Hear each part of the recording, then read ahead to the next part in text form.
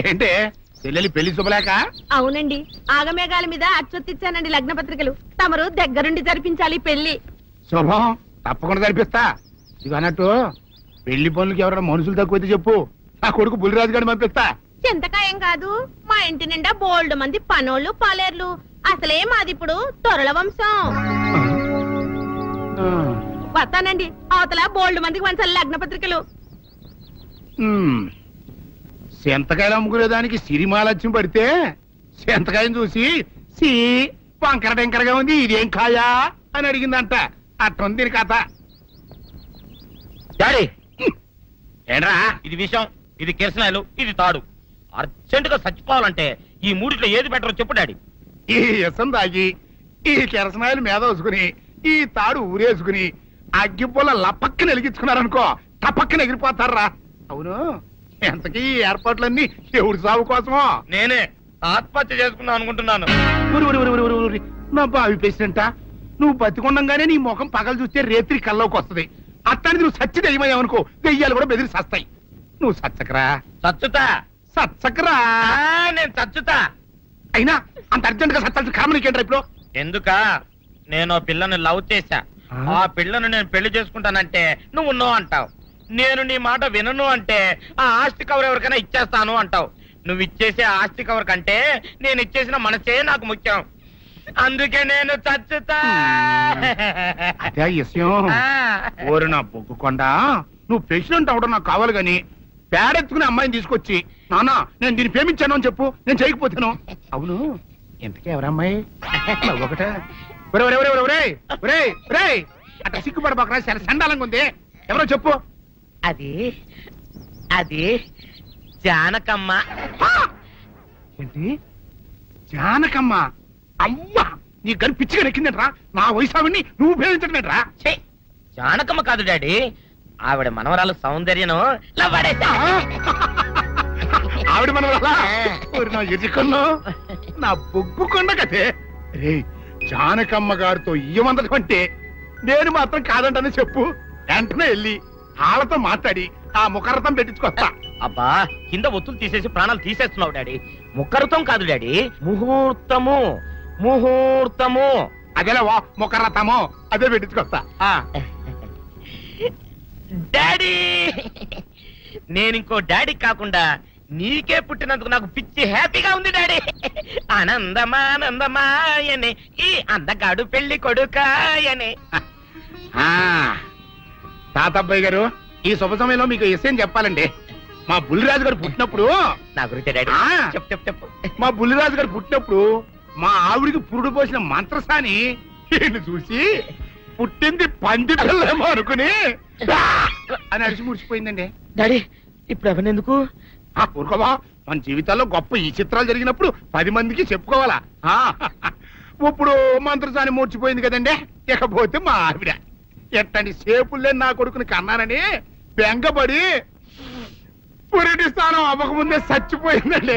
Daddy, నేను నీ కడుపున పుట్టపట్టే కదా నాకు ఈ ఫేస్ వచ్చింది. నేను ఇంకొక నాన్నకు పుట్టిన అందంగా నన్ను పుట్టుండేవాడిని. ఇక చూడు, కాకి పిల్ల కాకి ముద్ర, నీ మొహం ఎప్పుడు నాకు ముద్దొస్తూనే ఉంటుందిరా కన్నా. ఇకపోతే మా ఆవిడ చచ్చిపోయింది కదండి. ఈయన్ని ఎత్తుకోవడానికి వచ్చిన పని పిల్లలండి. ఈయన చూసి దడుచుకుని పరుగో పారిపోయేవారండి. అసలు ఈడికి ఈ జన్మలో పెళ్ళవుద్దా అని నేను ఏడవని రోజు లేదనుకోండి. అట్లాంటిది మా బుల్లిరాజు గారికి మీ అమ్మాయితో పెళ్లి కుదరటం నిజంగా మా అదృష్టం కదండి. ఎంత మాట, నీలాంటి వారితో వీమంతరం మా అదృష్టం. చాలవరకండి, అంత మాట్లాడతారు. పొంతులు గారు మొకరథం పెట్టేయండి. అయ్యా, ఈనాటికి సరిగ్గా 4వ రోజుకు ఓ మంచి దివ్యమైన ముహూర్తం ఉంది. అయితే అదే కాయ చేసేయండి. ఏం డాడీ? అట్లాగే.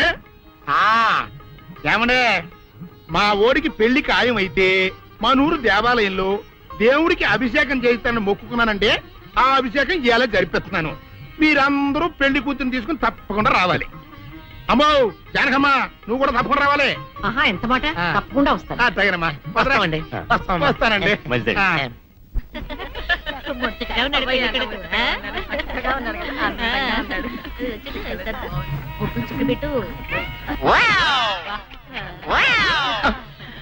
ఇదేమిటి, ముక్క మీద నల్ల చుక్క కదా పెట్టాలి, తెల్ల చుక్క పెట్టారేమిటి?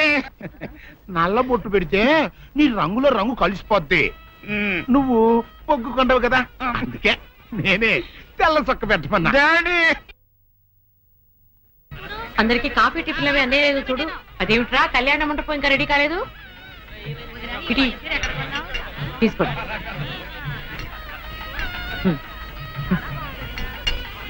ఎంతైనా జానకమ్మే దగ్గరుండి అన్ని పనులు స్వయంగా చూసుకుంటది. మరి నన్ను ఏం చేయమంటారు చెప్పండి? నాదేమో ఆర్థికులని కొంపైపోయింది. మన ఇంట్లో పనులు మనం చేసుకుంటే తప్పే ఉందండి. ఏంటో ఆ సీనుబాబు గుళ్ళో గొడవ చేయకుండా ఉంటే ఈ ముహూర్తానికి మా పిల్ల పెళ్లి కూడా అయిండేది. ఈ ముహూర్తానికి ఎందుకులేండి, మాది అసలే దొరల వంశం. పొట్లకేం కాదు. నోరు మూసుకోరే. అమ్మా సుందరి, అమ్మా సుందరి. ఏంటమ్మా ఏమైంది? ఏమోనండి, ఉన్నట్టుండి కళ్ళు తిరిగి పడిపోయింది. సుందరి, ఇదిగో డాడీ అమ్మా సుందరి. రండి. పాపం ఉన్నట్టుండి పిల్ల కింద పడిపోయిందండి. ఏడు చూడండి.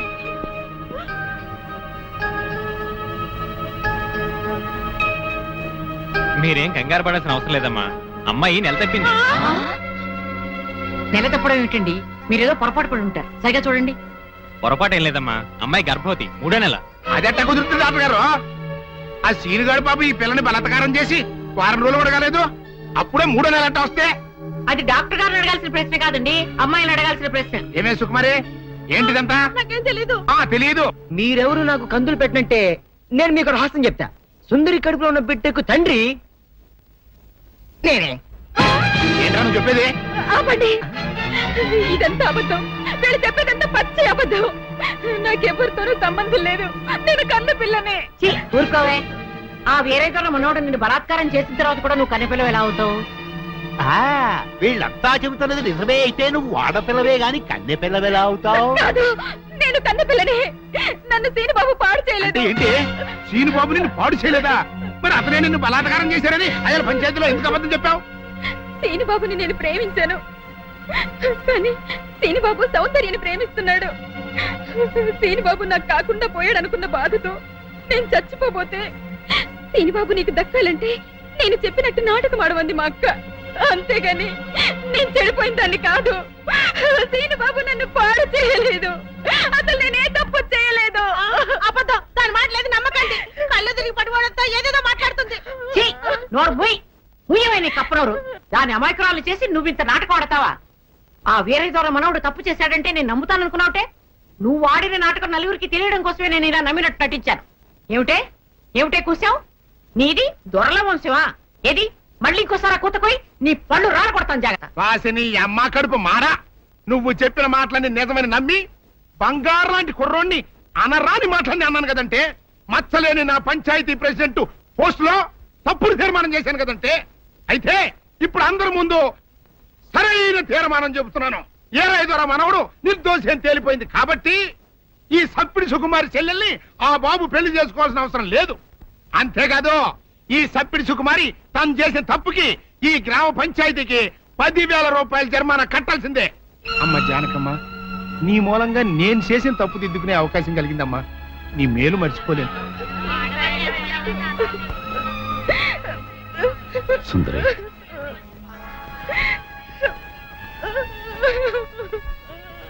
నిజమేంటో అందరికీ తెలిసిపోయింది. ఇంకా ఎందుకు బాధపడతావు? ఊరుకో. సౌందర్య, నేను విన్నదంతా నిజమేనా? అవునమ్మా, అది చెబుదామని వచ్చాను. పిచ్చితల్లి, సీను నా కళ్ళ ముందు పుట్టి పెరిగిన బిడ్డమ్మా. అతను ఎలాంటి వాడో నాకు బాగా తెలుసు. అందుకే నువ్వు సీనుని ప్రేమిస్తున్నావంటే నేనెంతో సంతోషించాను, ప్రోత్సహించాను కూడా. సీను నిర్దోషిని రుజువయ్యే వరకు అతని ఊళ్ళో ఉండకూడదు. ఉంటే సుందరికి సీనుకి పెళ్లి జరిగిపోతుంది. అలా జరగకుండా ఉండాలని సీను నీ ఊరి నుంచి బహిష్కరించేలా చేశాను. పాపిష్టిదాన్ని, నా సీనుని ఎంతో బాధ పెట్టాను. ఇప్పుడు ఎక్కడున్నాడో, ఏమైపోయాడో ఎలాగైనా వెతికి పట్టుకుంటాను. ఎక్కడని వెతుకుతావు? అవును, ఎక్కడని వెతుకుతాను? పిచ్చి పిల్ల, నువ్వెక్కడా వెతకనవసరం లేదు. నేనే సీనుని రప్పించాను. నిజంగానే నానత్త? మోహన్ చూడరా. Scene, scene,